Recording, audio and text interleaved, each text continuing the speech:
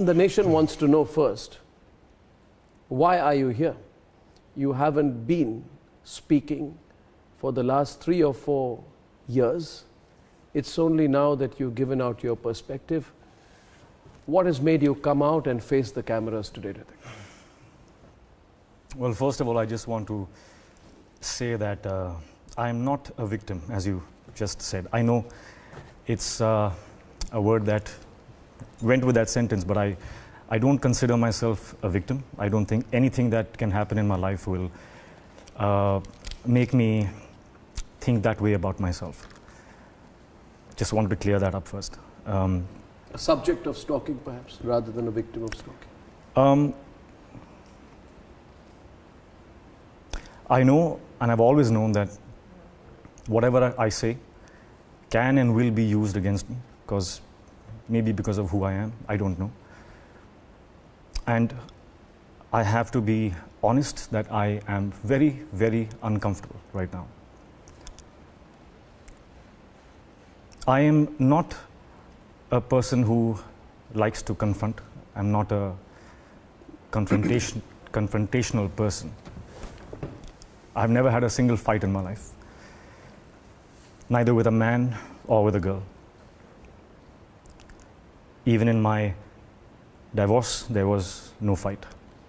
I ask myself a simple question every single time: what's the shortest route to peace? I get my answer and I follow.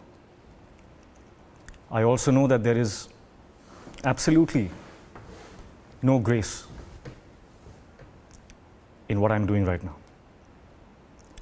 There is no grace in sitting here and testifying for my character and making myself sound right and good and true, and by implication making somebody else be wrong.